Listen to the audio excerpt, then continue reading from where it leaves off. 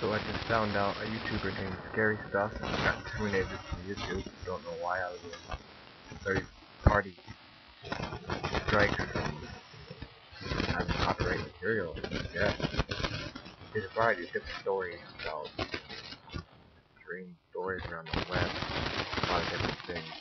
It was YouTubers too. As partners, construction channel partners. 378,000 subscribers.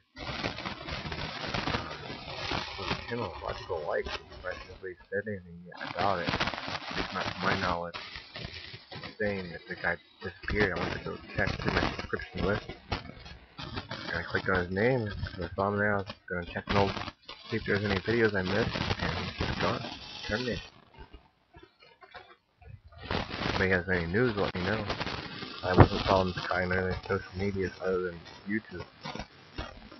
It's like 20 or 30 something channels that are gone now. I just discovered through my list, cleaning it out, that are terminated and gone. A lot of them were music channels. Same.